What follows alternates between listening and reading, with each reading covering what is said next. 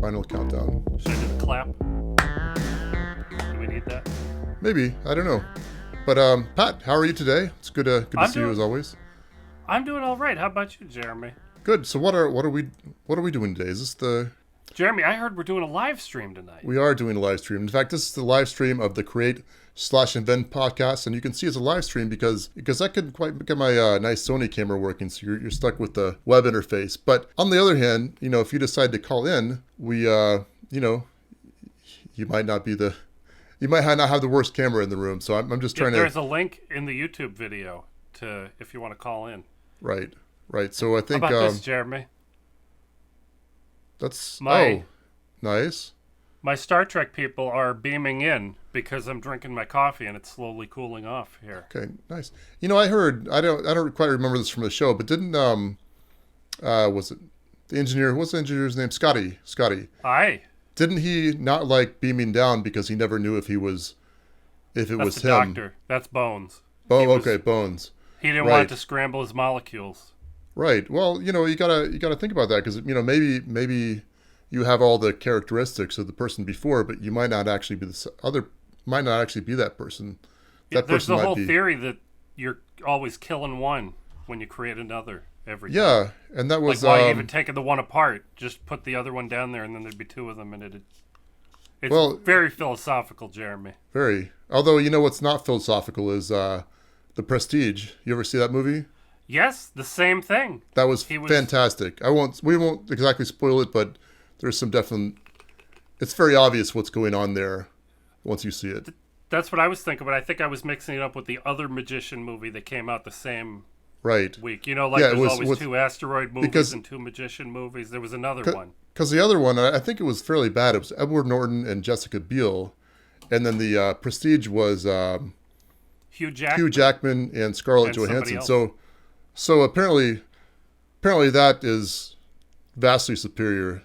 Although I think they're all good actors. I think they just maybe made the wrong choice on that one. Would that be the first Marvel movie if they're in a movie together? The first X-Men crossover into the Marvel universe? That can't be true.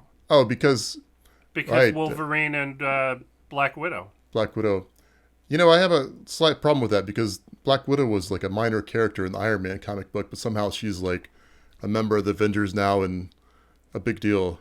She must have gotten comic books between when you read the Iron Man comics. And... Okay, that's a good point because when I read comic books was a long time ago. So maybe I know very little about comic books. Yeah, there was like a maybe 3-year stretch where I knew maybe something or other. So that was a while ago, and things have changed, I guess.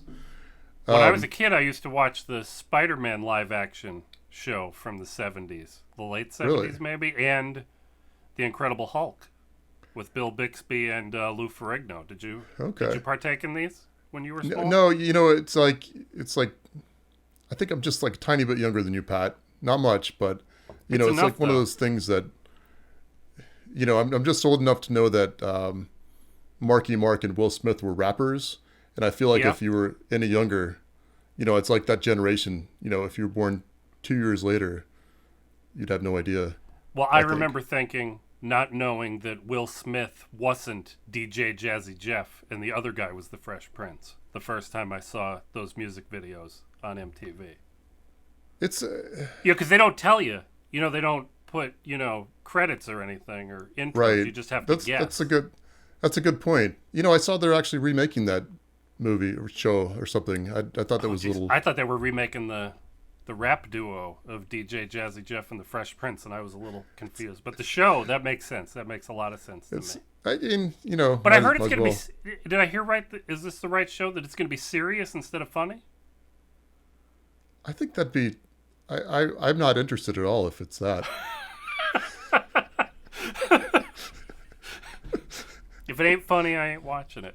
Well, yeah, I mean, so who's Carlton? How's he, what's he supposed to be? I can't do the dance sitting here. Yeah, but if it's not a comedic show, then how do you have a guy like that you're just lambasting the whole time for being fairly nerdy? I can't imagine. Anyway, so yeah, this podcast, we talk about engineering, stuff and whatever else we have, whatever else is tangential, I suppose. It's true. Before we get into things though, Matt, why do I? Anyway, last episode we had Matt Perks on, so that was confusing. Jeremy, this is why I call people "Hey you" and "Hey, you over there," because I don't want to screw up anybody's names. Right. Well, speaking of names, why don't we go ahead and do the coffee break first? Because we're doing live, so might as well make sure we get everybody in, right? Yeah, I'd like to do the coffee break. Or top Talk 5 slow Patreons. so I can bring up the website so that I don't screw up and say the URL wrong when it's my turn. Okay. All right. So first, our first Patreon, alphabetically and or when they joined, is Carl. So Carl, congratulations on your number 1.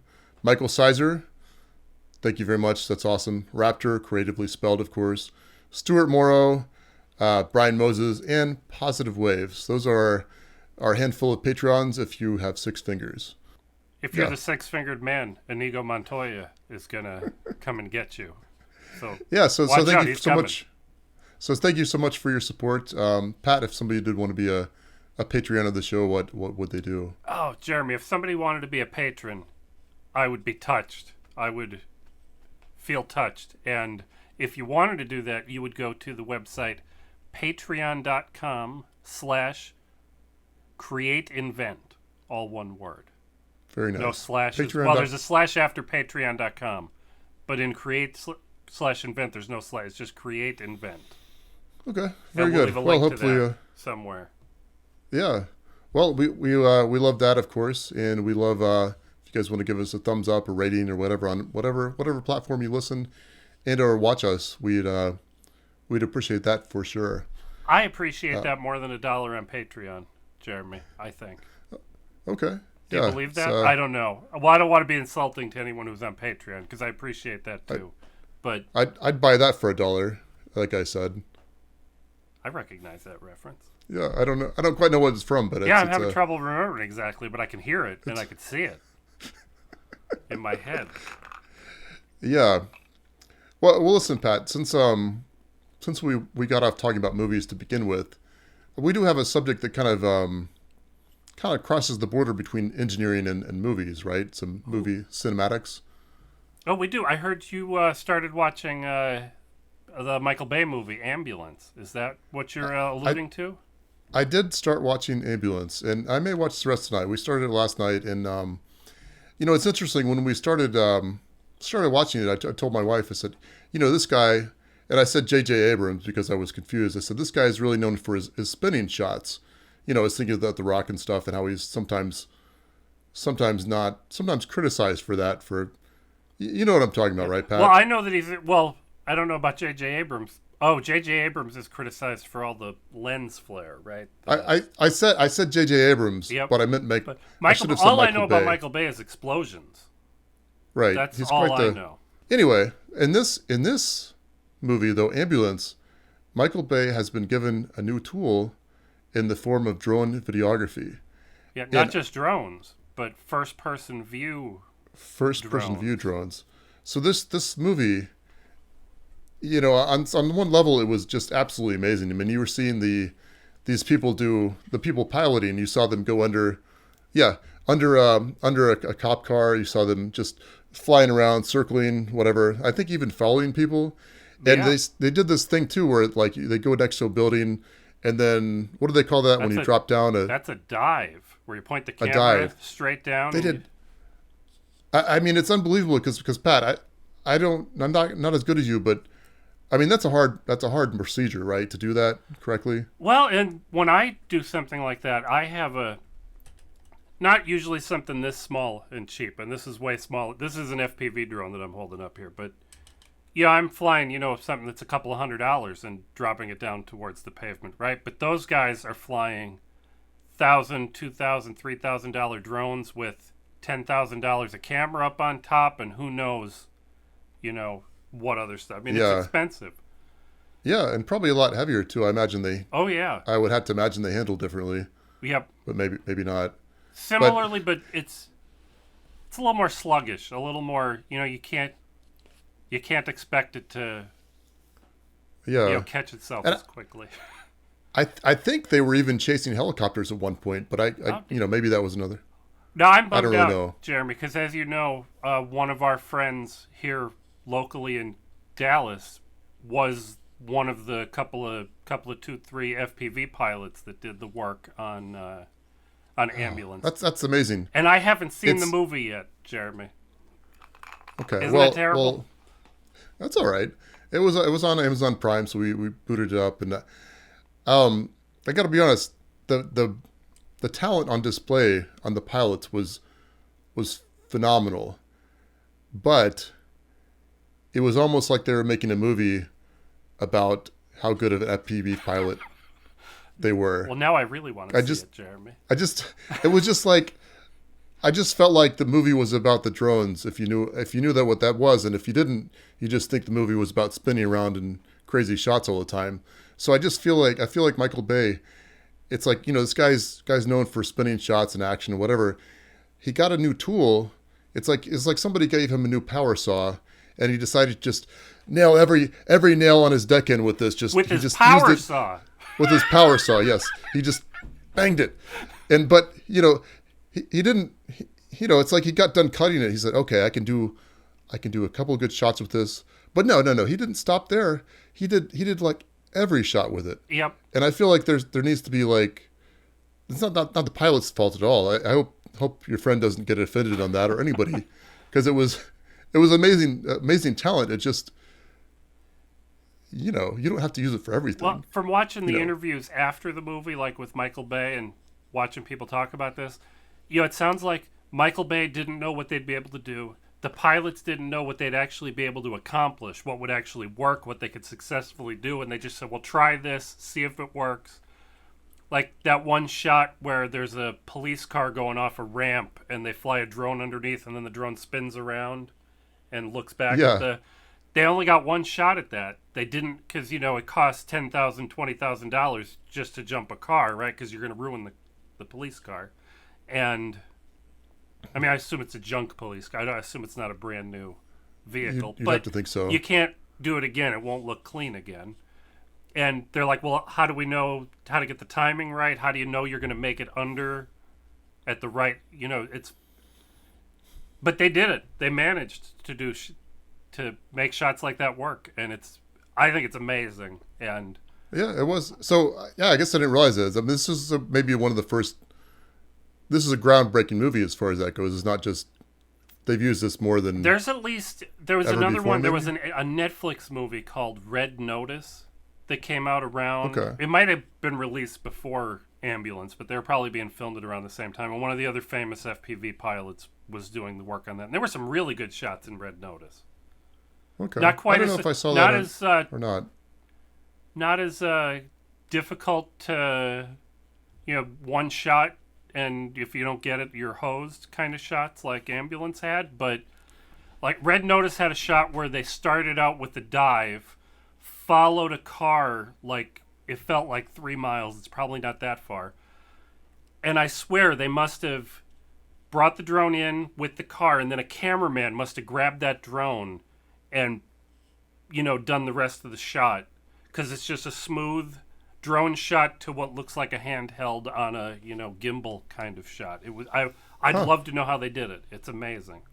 It's amazing to me as somebody with a GoPro on top of his FPV drone, not knowing how I would ever manage to do that, especially so smooth. Well, that's a good point. I mean, because not to insult you, but you're an amateur, a lot better than I am, obviously, and these people, they're probably the best in the world with some of the best camera equipment in the world. So I guess in some level you'd have to expect they would do a good job.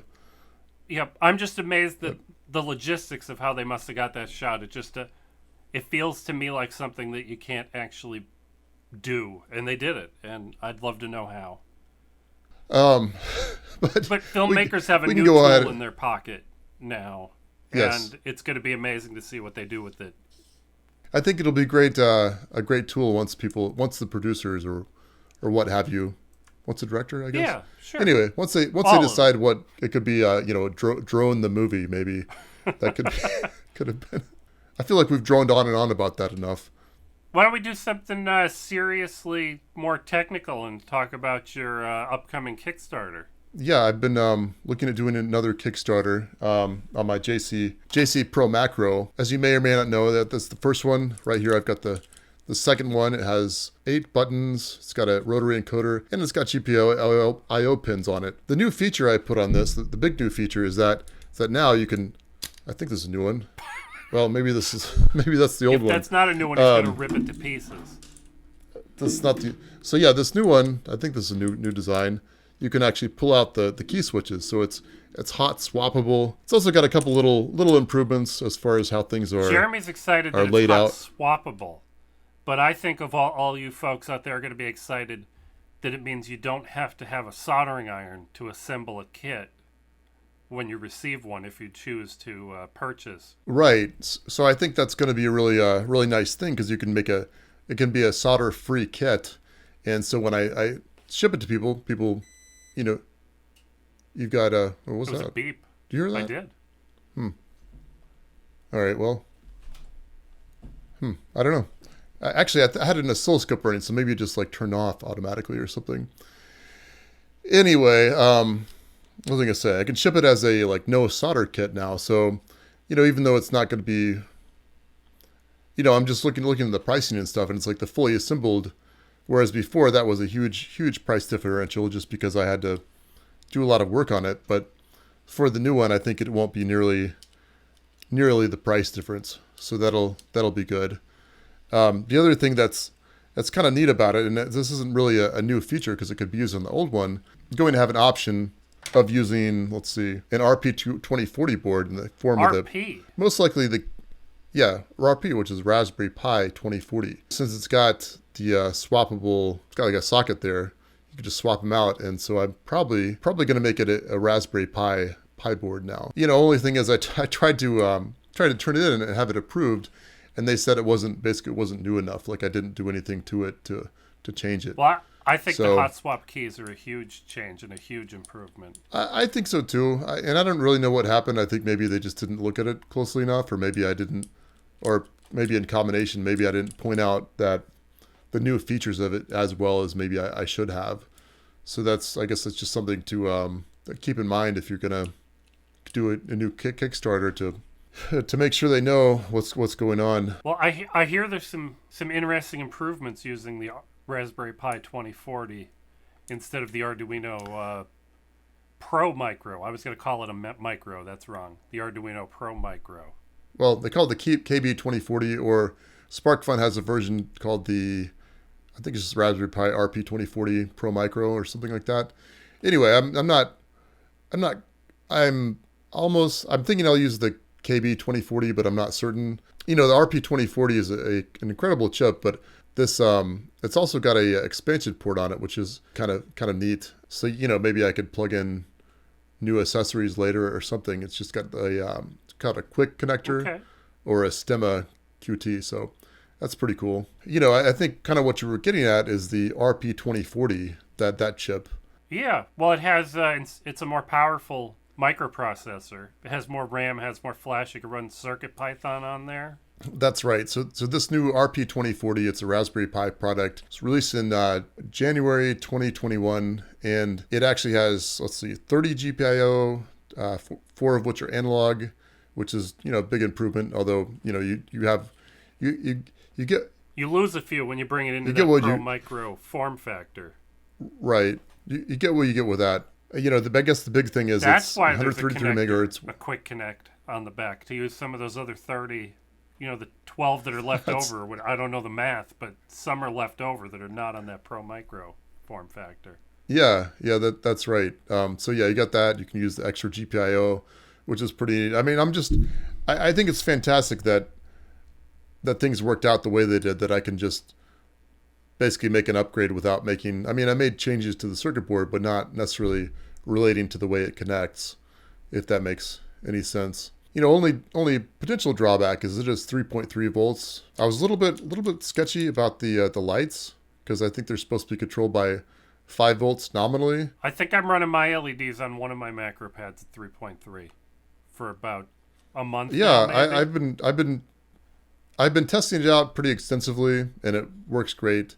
And just having talked to other people too, nobody seems to have any problem with it, although I don't know that they officially say it's good for that. So that's one thing that made me a little nervous, but I think I'm okay with that. One of the big benefits of it, though, is that you can, like you said, you can program it in MicroPython, or I guess you didn't say that, but you can program it in MicroPython, CircuitPython, or Arduino's version of C. CircuitPython especially, you can actually send somebody a bundle of files, and they can basically just transfer it over. Yeah. Just drop it on there, so like you don't it's a have flash drive. Just drop it like it's hot on the flash drive, and then it'll just boot up and start doing its thing. You don't have to install an Arduino IDE or anything.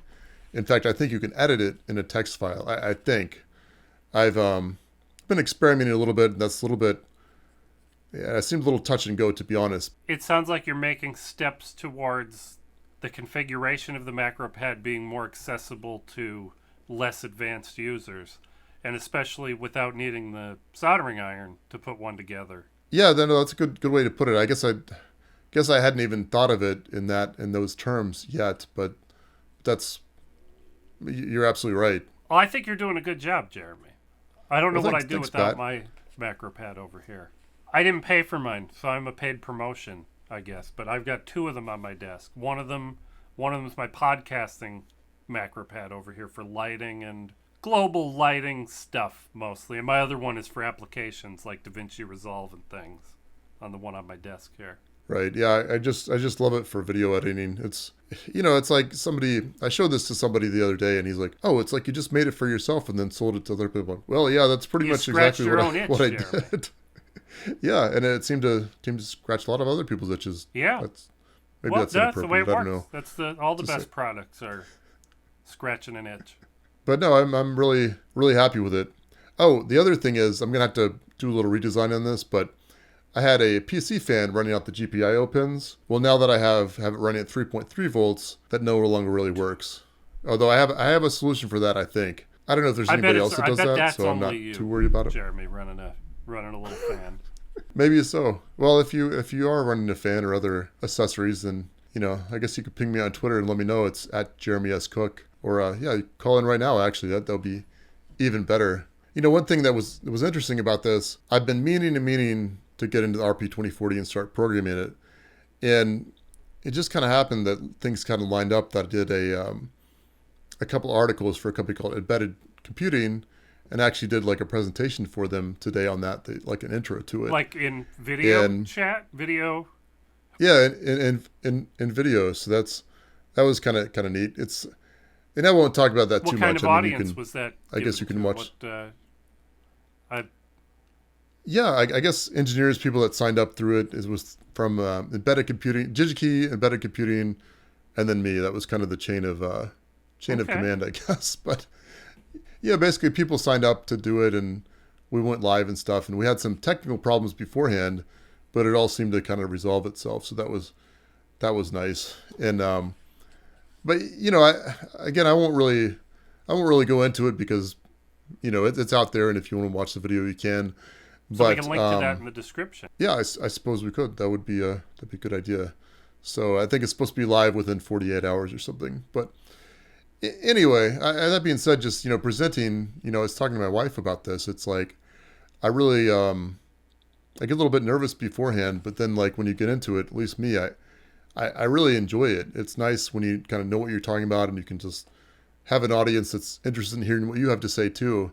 It's kind of awesome. And then you get done with it, and you're like, wow, that's great. And I don't know, is that how it is for you? It is. I don't think I've ever done it on the internet before. I've only ever done it, in front of a classroom before. But it's almost always a joy to teach a class of some sort. Yeah, every now and then, though, those in-person classes, though, somebody signs up just to say things that are contrary to what somebody who's too advanced for a class, try to say, no, that's not the way you do it. And you're like, well, listen, guy, I know, but you can't tell these 10 other people they're not advanced enough yet to skip ahead like you and I can, sir. Yeah, that's so that sounds like the bad experience. It only happens every day. At our makerspace, we taught a Rubik's Cube class. My friend Tommy, Tommy Trebuchet, taught the class. And he's not an advanced Rubik's Cube guy. He learned how to solve a cube, wanted to teach other people how to do the basic solving a cube. 2 different people drove from 45 and 60 minutes away just to show people how fast they were at solving Rubik's Cubes. And I'm excited that they're excited, and I'm glad that they could do it in 30 seconds or whatever they could do it. But I was excited that I solved the cube at all. And I'm super pleased. Yeah. I don't really know I don't know how to do that. I don't either. I can't remember how to do it. I can juggle though, so that's something. I thought about learning that though. I still haven't figured it out, Jeremy. Maybe the audience can help me out. But I realized a couple of years ago that I learned how to ride an electric unicycle. That seemed like a weird skill and a difficult skill to learn. It's not a But I feel like I should learn another weird, like juggling would probably qualify as a weird skill. And I haven't come up with another skill to practice and learn. I feel like I want to call myself a juggalo, but I don't really like Insane Clown Posse that much. Do they juggle? Well, they should. Maybe they should, but I don't know if they do. I know they wear the makeup. I don't know. They do wear the makeup. So yeah, I'm not that person. But I think you should be ashamed of yourself if you're that person and you can't juggle. Let us know in the comments if that's. Maybe that's true. Let us know in the comments. That's my controversial opinion of the day. What else do we have on the agenda here today, Pat? How the podcast is going and upcoming guests. And I want to mention we shouldn't talk about guests that haven't actually said yes yet.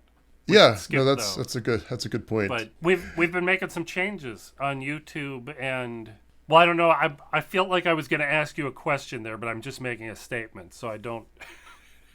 No, let's hear it, Pat, because I feel like you have been driving the YouTube changes and have both figuratively and literally been doing that. So what's your thought process? Well, I've been watching our Butter What Show's YouTube channel grow, and I've been watching the Create and Vent YouTube channel just flatline for how long has the Butter What Show been up for? A year and a half, maybe. I don't know if that's true. Maybe. But I'm disappointed. I'm disappointed in all you folks out there on YouTube that aren't subscribing to us, but not really. I'm not upset or anything. But I feel like we need to do something different on YouTube to appease the algorithm a little bit, because we have good quality content here on the Create and Vent podcast, but YouTube isn't showing it to anyone. Pat and I our philosophical question was, to me this is a primarily audio. I feel like our audience is audio, but that's very hard. It's very hard to track that because, SoundCloud, we get a certain number of downloads and actually a pretty good amount of downloads. But then, you got to think probably most people don't listen to it on SoundCloud. So it's hard to know. And, with YouTube, there is that reward of saying, okay, we have this many subscribers. We know we're growing, yada, yada, yada. So I guess I just say that I don't want to discount the people who listen, because that's awesome. And I think that's, it's true. That's where in a way, I feel like that's what we're here for. And we've been kind of trying to have parity between YouTube and the audio podcast, where basically the same thing that's in the audio podcast is available on YouTube, but with video. And YouTube doesn't like these hour-long videos. What I'm thinking we're going to be doing is finding the 5 to 10 minute highlights from the podcast and publishing those as videos instead of the entire podcast on YouTube. Right. And well, we were going to, but we probably leave it as unlisted. Is that kind of our they'll still be available. Somebody can go if somebody's motivated enough to want to watch us talk for an hour in video, they will be able to do that still. But we're hoping YouTube will start suggesting the 5 and 10 minute. I'm making up these numbers. Less than an hour. Like the only one we've published so far, we've done one. We published the Matt Perks. Which Matt Perks did we publish? The camera episode, fancy camera build. That one's 15 minutes. That's a long one, but we're learning. Yeah, but I think it's a good idea for, both for, getting people to watch and just for the work standpoint, because. If we're going through an hour and a half long podcasts, for video, trying to produce it for that does take a decent amount of time.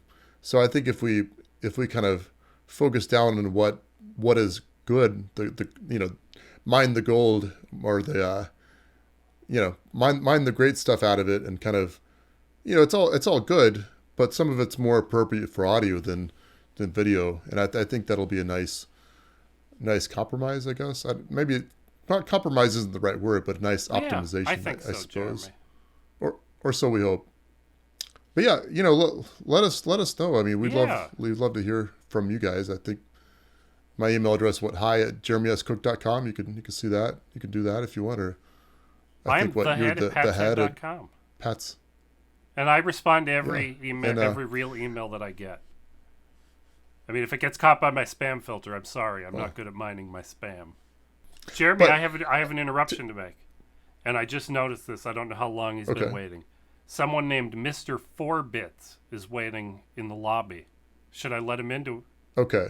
We will let him in in just a minute. I need to say one thing first. What we're thinking is that every third Thursday of the month, we will release a podcast or do a live stream, et cetera, et cetera. Is today the third Thursday? Starting today. I mean, we won't have this out. It's close to it if it's not. It's the 20th, so it has to be.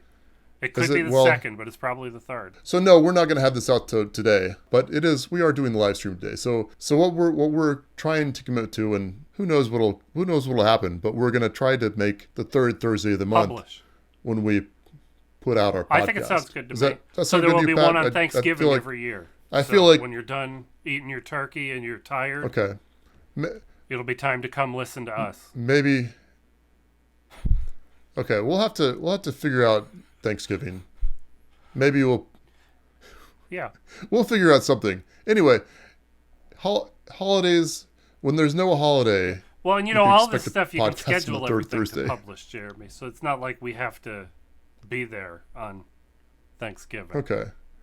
Well, Pat and I had like a very soft agreement on this, so we're gonna have to squeeze out the details. I will not squeeze anything. Squeeze out the details. Sure. Siphon out the details. Okay. Yeah. Yes. Anyway, sound good to you, Pat? Fantastic. Okay. Well, let's talk to Mr. 4-Bit. Jeremy. Let's see what happens.